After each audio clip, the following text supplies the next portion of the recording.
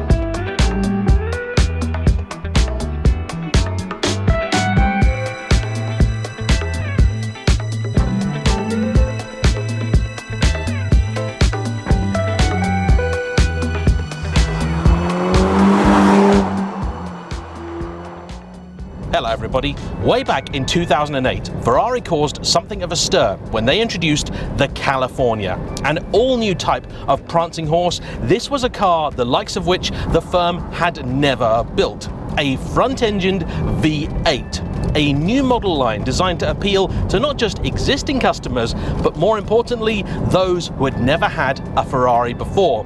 It was a car aimed not solely at being the fastest thing in its class. Instead, it was a car designed to entice in buyers that previously felt a Ferrari wasn't the car for them. And if you know car design, you'll know that building something like the California is far more difficult than building something like a LaFerrari, because to make a car go fast is relatively simple, particularly if you're building something in very low numbers. And the kind of person buying a car like that will be willing to accept compromises that others will not.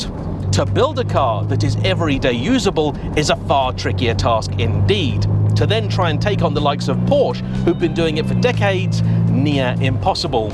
And in pursuit of this new target audience, Ferrari introduced a whole host of features never seen before on one of their cars, including a folding hardtop and a dual clutch gearbox. Bear in mind also, this was the first time they'd built a series production front-engine convertible for decades.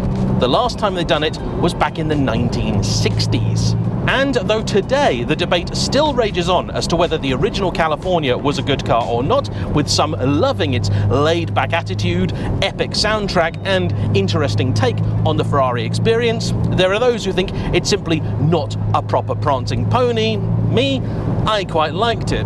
But regardless, it sold well and it did what Maranello wanted it to. Over the years, they updated it, and then, in 2020, Ferrari took a leaf out of Porsche's book and decided to give their formerly convertible-only car a coupe cousin in the form of the Roma. And though we all knew that underneath it, it had the same underpinnings as the Portofino, which was born out of the old California, this, to look at, both outside and in, was a completely new car. And with that came a new focus on driver interaction. This was a car aimed at all of those people that had been saying no to Californias for 15 years, those that already owned a Ferrari or two, as well as those that still hadn't made the leap.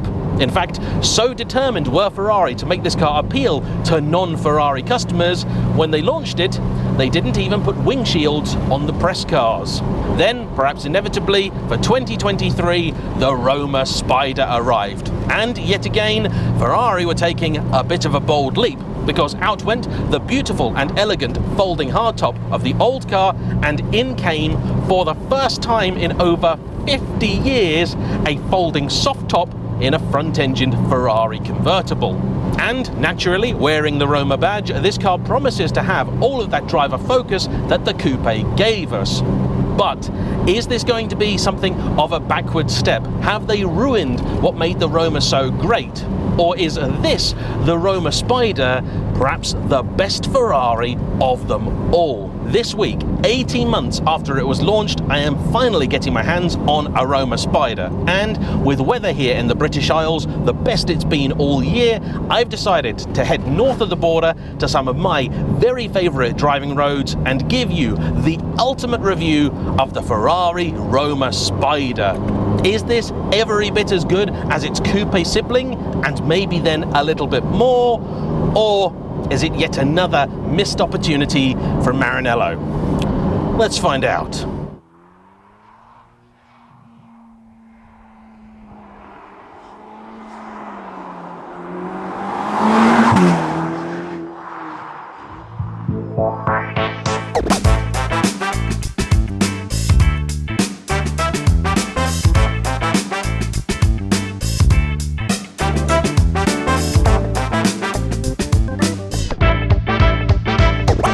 I must say that I am beginning to worry about Ferrari a little bit, because not only was the F8 Spider a bit of a disappointment with its woefully wobbly chassis, there is a hint that the company may be beginning to rest on its laurels. And this is rather disconcerting, because Ferrari, if ever you've read their press releases, you'll know is a very R&D led firm. And once upon a time, they would never give any chassis or engine more than 2 generations of life before they upgraded it. This is the 5th time Ferrari have used this platform. It started with the original California back in 2008, that then morphed into the California T for 2013. When that car was then retired in 2017 and turned into the Portofino, yes, it got a bit of an exterior makeover and the interior was upgraded a little bit, but fundamentally it seemed like a facelift of the same car. That then wound up becoming 2020's Portofino M, a very mild upgrade that essentially introduced many of the improvements brought with the Roma to the California and Portofino platform. So a little bit more power and a 5-position Manettino, with the cars before that using a 3-position one. The Roma itself was then built on the same underpinnings as Portofino, and of course this Roma Spider is built on the same underpinnings as the Roma. It is not identical under the skin, but of course very similar, and this being a convertible, they've put in a little bit of extra bracing, namely in these sills, and a redesign of the rear end to make sure that it's still relatively rigid without compromising too much in terms of the weight and the dynamics. Overall, this carries some 85 kilos more over the coupe, but with 620 horsepower and 561 pounds-feet of torque, that's 760 newton-meters on tap, courtesy of a 3.9-litre twin-turbocharged V8 that revs to 7,500 RPM, that shouldn't really be a problem.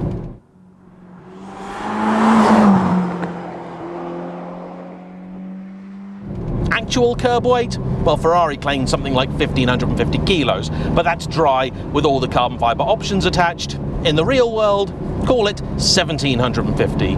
So, not a flyweight, but also not massive, particularly not when compared to the Aston Martins and the Bentleys of the world.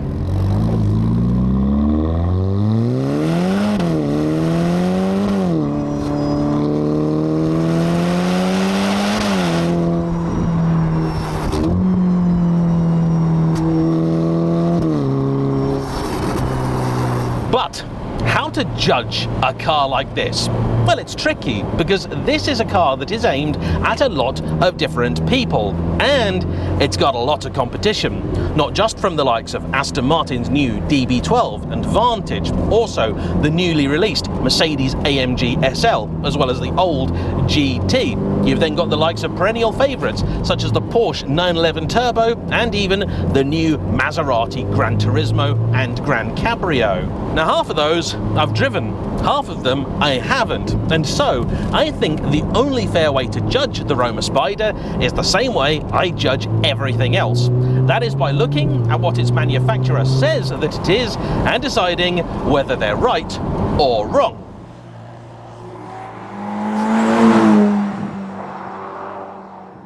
So then, what exactly is this? Well, that's where things get really, really tricky, because a car like this is trying to do so many things at once. On the one hand, it wants to be beautiful, an object of desire, yet it also has to be practical and everyday usable. It has to be devastatingly quick, yet not intimidating to drive. It has to have an allure about it, but you don't want to be afraid about using it and putting the miles on it. And it has to do all of this while still being a Ferrari. And that is a very intangible concept. In other words, this is a car trying to have its cake and eat it too. So, to work out if it succeeded, I've broken the review down into 3 component parts. And number 1, is this an object of desire? Is it pretty? Do people lust after it? Because to my mind, any Ferrari has to pass that test with flying colours.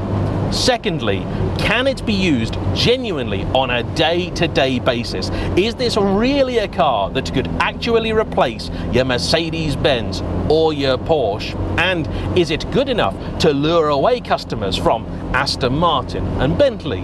Third and finally, when you then find yourself on a glorious stretch of beautiful B road, does it deliver? Is it dynamically competent enough that if you have owned one of these cars, you'll be reminded of why you paid the money, in some cases quite a bit more money, to get yourself something from Maranello? Where to begin? Well, let's start with the basics, the looks. Is this something that you lust after?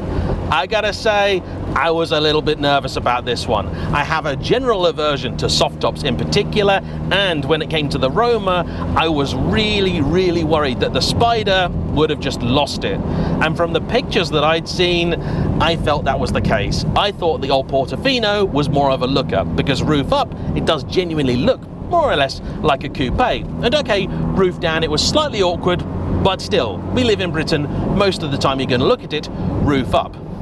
However, I needn't have been worried. This thing is absolutely stunning. I particularly like this optional triple layer Rosso Portofino paint, and when I saw that the car had a red interior and a red roof, I thought Ferrari's PR had maybe gone a little bit too far.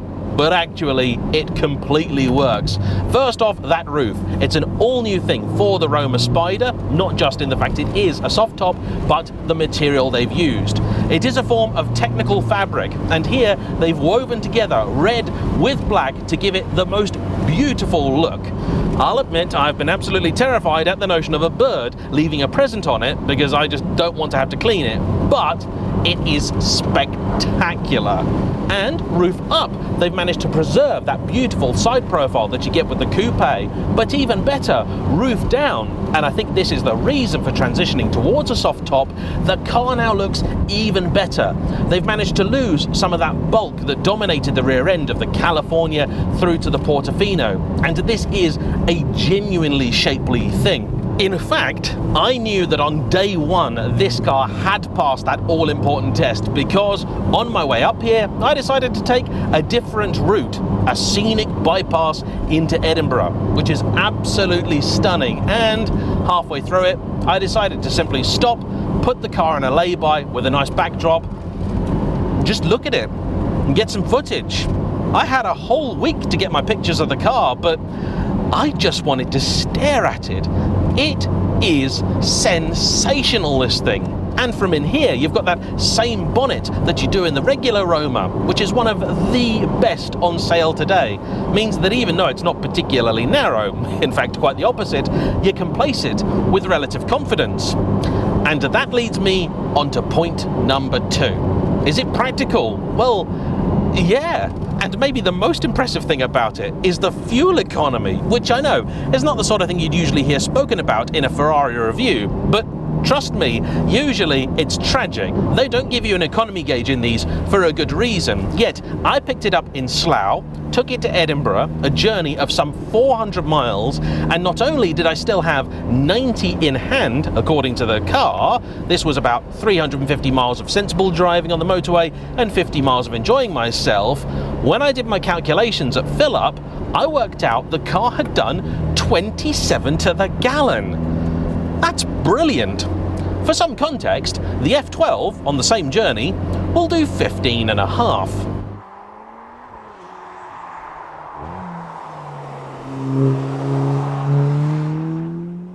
However, on this front, it isn't all good news. Though with the roof up, rear storage is pretty good. You get some 250 litres in the boot, and you have these 2 token back seats.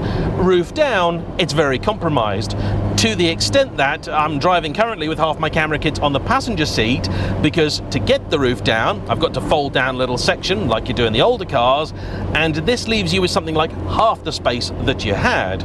Okay, in theory, this is fine because it's the kind of car where you can put 2 bags in the back, and the boot is the perfect size for 2 airline carry-ons, which Ferrari will happily supply you if you don't have your own. But without the roof up, you're not getting one in there. Still, as complaints go, I think realistically this is fine, and for most ordinary everyday driving, it's okay. I've even taken the car into a couple of multi-storey car parks, and though I wouldn't recommend particularly old or vicious ones, it's done okay. And that's in spite of the fact this does not have front lift. It's not even an option for the Roma. At a quick glance, the interior also appears to be exactly the same as that in the coupe. However, look a little closer and you will see there are a few changes, notably to this bit here, where the screen has been changed ever so subtly in the way that it operates, and the controls on the wheel have also been revised too. Now, instead of the old trackpad, you've still got what is basically a trackpad but looks like a D-pad. This is still touch sensitive, which nobody likes, and why honestly Ferrari haven't got that message like everybody else, I don't know. To the left you now have a little gaggle of things, including your voice command, your cruise control, and the quick access button for the ADAS. Ferrari told me, look, it's legislated okay, we have to make it tricky, but we've made it as easy as we possibly can to turn it off, and you know what, they have done a fairly good job on that one.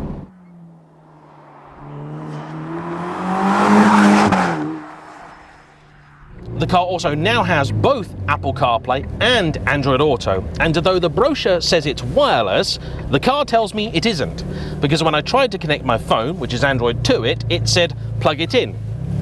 So yeah, maybe I'm being silly, maybe I'm not. There is a wireless charging pad in here though, which is nice. And when you do get Android Auto hooked up, it's all on the screen up here. Before, it was down here. And to be honest, nobody ever liked this weird sort of tablet jabbed into the middle of an otherwise quite shapely dash. Now it does very, very little, and honestly, this could be made half the size, much neater, and all it really needs to do is, well, basic stuff like your HVAC and some of your infotainment functionality, maybe. But even that can all be done off the wheel, so really, I think Ferrari could have afforded to have been a little more aggressive and tidied this up a little bit. Also in the name of day-to-day usability, there's a very, very clever little wind deflector. This thing back here. Yep, I know, might look a bit daft and weird, but that's what it is. Press a button, this pops out, and it makes a genuine difference to the experience in the cabin, which, even at motorway speeds, is fairly pleasant.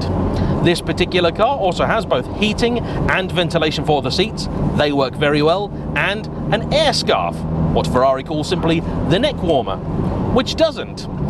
First off, it's far too low down my back to really be a neck warmer. Blame my long torso and the fact that there's no adjustment in this. But even so, when dialed up to its maximum, you get very, very little out of it. To my mind, if I have an air scarf on maximum, I basically want it to be a little portable air fryer for my neck and shoulders. This is pathetic. As is the JBL Premium Hi-Fi. It's a lot of money, and it's not very good. If this were the base stereo, I'd call it perfectly acceptable, but it's not, and it isn't. Far too front-loaded, doesn't envelop you with sound, and it just struggles on occasion. A very poor showing. But in more good news, the 8-speed twin-clutch dry-sumped gearbox is a delight. Put it in auto mode and it will shuffle as quickly as it can up into top gear, but around town it's very smooth, nice, and eliminates many of the judders and shunts that you get with some older Ferrari twin clutches. Then, when you want to have fun, put it into manual with the, to be honest, kind of naff little selector in the middle here, and it does an excellent job. When you're out on the open road, manual really is the mode. Unfortunately, there is no sport automatic mode. It's either manual or auto. That's it. But of course, if you simply want a nice, practical, sensible convertible, you can get yourself a Mercedes C-Class, a BMW 3 Series, or an Audi A4, perhaps a Mazda MX-5. This is a Ferrari. And so, when it comes to finding that perfect little stretch of road, you want to make sure that it performs and puts a smile on your face like very little else. So, to test that final and most important part of the puzzle, we're going to need scenery that's even better than this.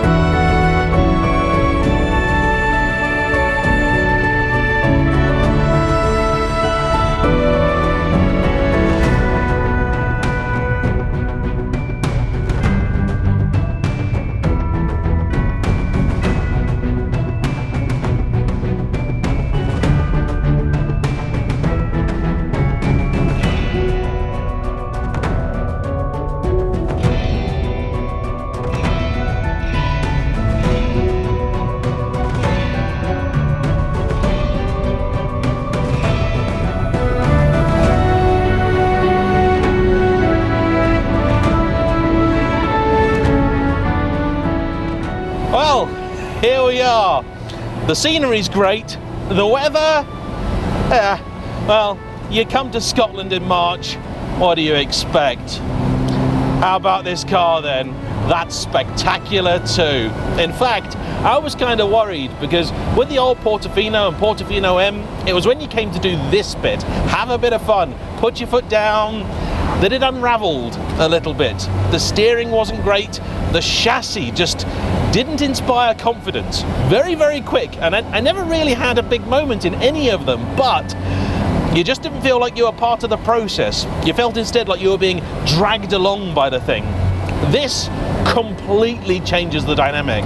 Though underneath it may just be a refreshed Portofino M to drive, it genuinely does feel all new. And there's lots of little things that contribute to that. I think the view out is a big one. You can place the car nice and easily. The suspension is a lot more hunkered down. In fact, for this kind of stuff, I've left it in sport with the sport suspension setting, not bumpy road mode. When you start to press on, there's actually a little bit too much suspension travel there. The engine too, that's magnificent. You can choose to either ride that ample low down torque or rev it out. Sure, it only goes to 7.5 and it doesn't sound anywhere near as good as a great many other Ferraris or indeed other cars from different brands, but it's the modern day and age. What can you do? I have heard these with a NOVE system on and it's pretty good, but unfortunately for the most part, these being new cars, people won't be modifying them.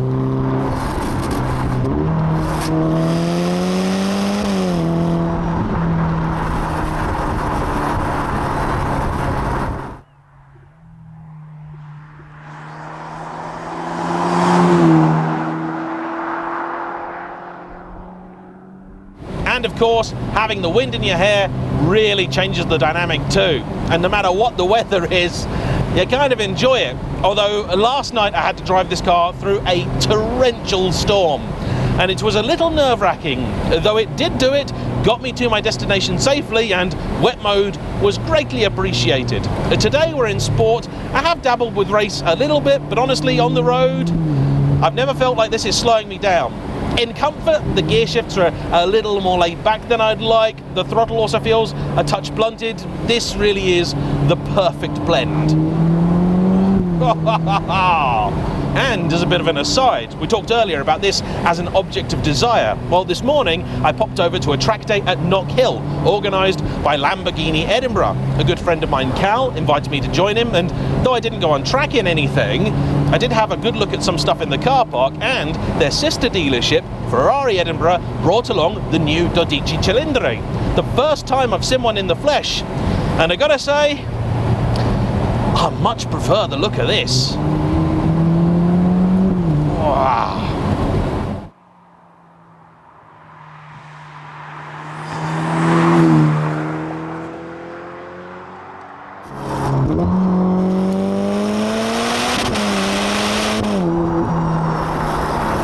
it might sound like a really small thing, but one of the changes made when Ferrari built the Roma, then later the Portofino M, and this, is one of the sensors in the turbo. And what that meant was that they could let the thing rev out for longer and not have a soft limiter at the top of the rev range in case the turbo were to overspeed. Now, the thing goes all the way to that red line, and if you want, will bounce off it too. And it just makes it so enjoyable to drive. The quick steering also, you do get used to after a little while, and I happen to think it might have a little bit more feel in it than the last Roma I drove as well. Maybe it's just me, I don't know. Due to a quirk of circumstance, I've also had the opportunity to try this car this week on 2 different sets of tyres.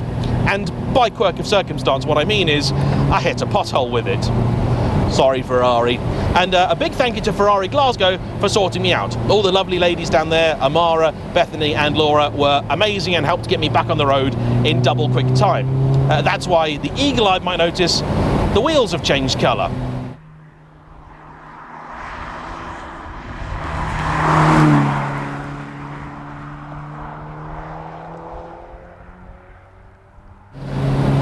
God blimey, it's so good here. First, I tried the Michelin PS4S, and now this is on Pirelli P0s. I much prefer the Michelin. I'd say the Pirellis might be a touch more playful, but that is another way to say less grippy. Particularly in the wet, I just don't trust them as much. Though to be honest, not many people I know actually like Pirellis full stop. And in my experience, they also don't tend to wear anywhere near as well as the equivalent Michelin, despite tending to offer far less grip. Happily, scuttle shake, which has plagued many a previous Ferrari, isn't an issue here. Yeah, it's got a bit of it, but nowhere near enough to ruin my fun. And it's way better than the F8 Spider. That honestly was just inexcusable.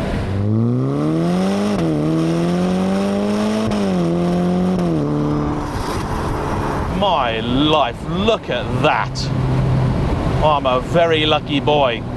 Although I happen to know it looks so good over there because I'm about to drive into the rain. Never mind. With speed, the brakes that around town are a bit overly assisted also make a lot more sense, and they've got great stopping power too. The gearbox I love, quick up and down, brilliant thing. The only time I dislike it is in auto mode, when you're driving at normal speeds, it just puts you into 8th, and that means that you go to a junction, go to put your foot down, and the poor thing just doesn't know what to do. Very frustrating that. But overall, the Roma Spider for me, well, it's a real surprise hit. I loved the Roma. It did have some flaws, but this, I thought was going to take a great recipe and ruin it. It hasn't. But of course, there is one thing that I've yet to mention. Something kind of important. The price. So, voiceover JayEmm, how much is this car worth that I've been driving all week? £323,000. Pardon? Oh my life!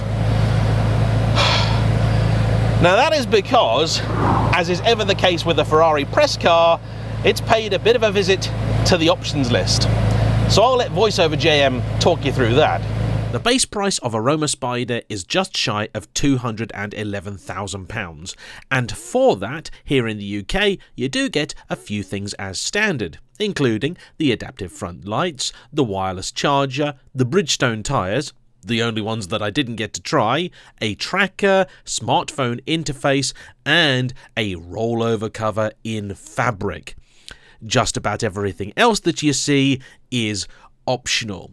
Highlights include tens of thousands of pounds worth of carbon fibre. If you can see it and it's carbon, it's not standard. Even little things like the red brake calipers, they're £1,500. The Alcantara interior carpet, £2,799. That neck warmer that does next to nothing for me, £2,239. The front radar with adaptive cruise, £3,214.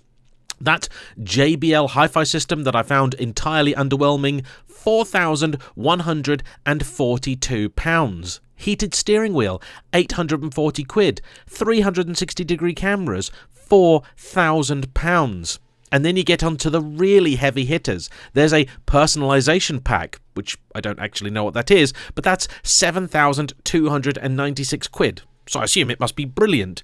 The 20-inch forged dark painted rims the car started with this week, £4,142. The paint, £23,976. Ouch. That lovely roof, £5,598. The carbon fibre rear diffuser on its own is almost £8,000. There are nearly £123,000 worth of options on this car.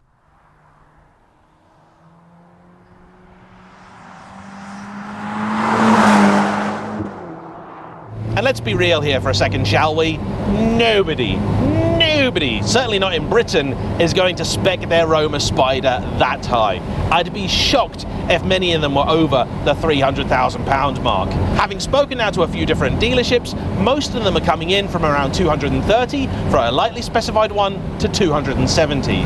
Nearly nobody is putting carbon fibre on the outside because these are being bought as daily drivers.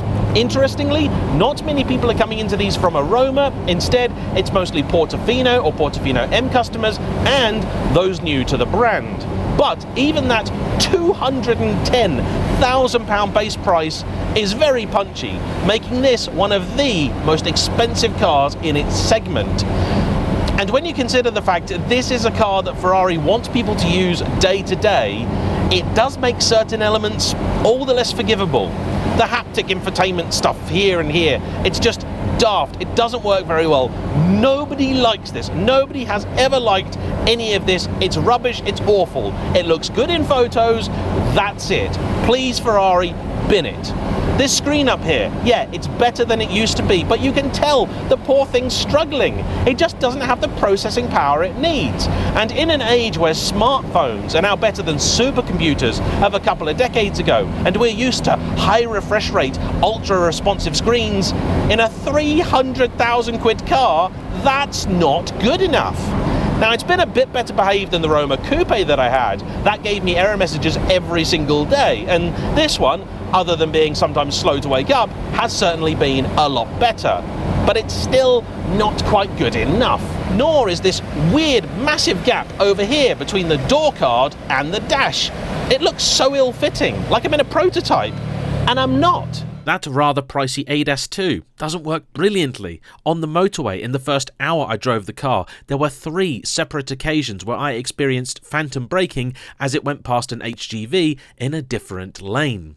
The seats too, they're kind of firm, not as uncomfortable as I'd expect, but they also move around a fair bit. They just don't feel solid. And as they're the only ones you can have in this car, it's just not good enough.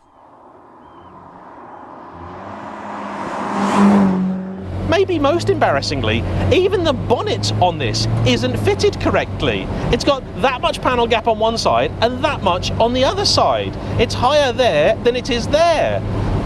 This is the press car, and they can't get that kind of stuff right. And this paint, 24,000 quid? It's not 24 grand's worth of paint. In fact, I happen to know Ferrari have lost at least one sale of a Roma Spider. I knew a chap who had a 488 Pista, decided he fancied the idea of a Roma Spider, went to spec it and found out the paint that he'd paid for on his Pista now would cost more than double on the Spider. And there's no justification for it, none. It's just rampant profiteering. And though I know American customers love spending more on their car than their neighbours, us Europeans, we're not quite so easily led. It's just daft. Now happily, none of this really detracts from the driving experience, which is going to be great in just about every single Roma Spider. But the mag-ride dampers, why are they an option? They're integral to the car. They should just be standard. At this price point, I give Audi a hard time in their cars when they charge half as much and they don't give us them. They just should. And if you are looking at one of these cars and you want yourself a nice, luxurious convertible, you have got a lot of choice. And there are things out there like the Jaguar F-Type. Okay, now discontinued, but goes just as well in the real world, has an engine that sounds absolutely magnificent, even in the later examples, is still a good-looking thing, though I think not quite as good-looking as the Roma Spider, and doesn't have all this silly nonsense on the steering wheel. and you can get one for 40 grand.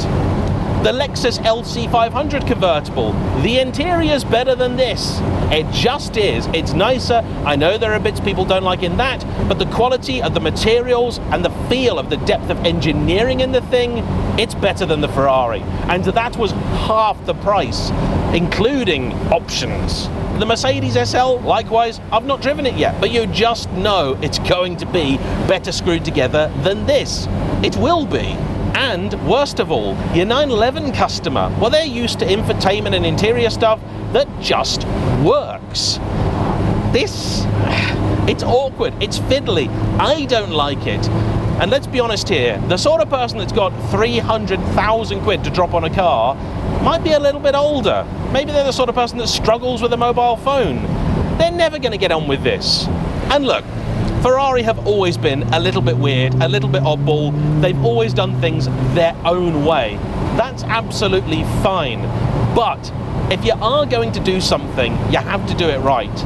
And when you want to try and sell a car to even more people, you can't get away with this sort of stuff. You can't put the prices up to the level that they have and not deal with these little inconveniences. It has to be sorted. In the older cars, 550, 575, 599, they were a different breed. They were selling to different people, and cars back then were just different. Now people expect them to have a lot more, and fundamentally they do a huge amount right in this. But there are a few real fundamental things that I find it difficult to believe they weren't aware of. So I can only assume they just didn't care about. And if this were a car from another manufacturer costing 70,000 quid, I'd still be moaning about them. This is triple that. Would I have one? Well, no, simply from the perspective of trying to deal with all my camera kit and stuff has been a right faff. I like driving with the roof down, even when the weather's like this.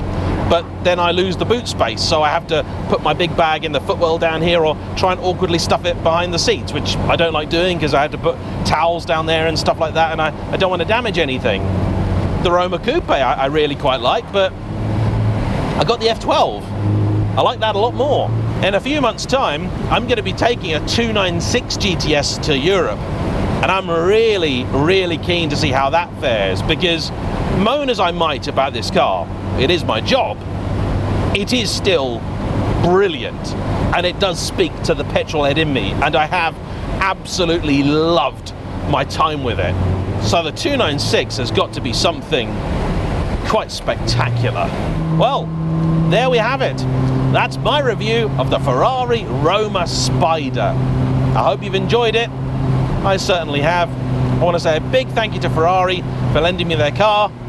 Sorry about the tyre. And of course, to you for watching. Don't forget to hit the like button, comment down below, subscribe if you haven't already, and I'll see you for the next one. Bye-bye.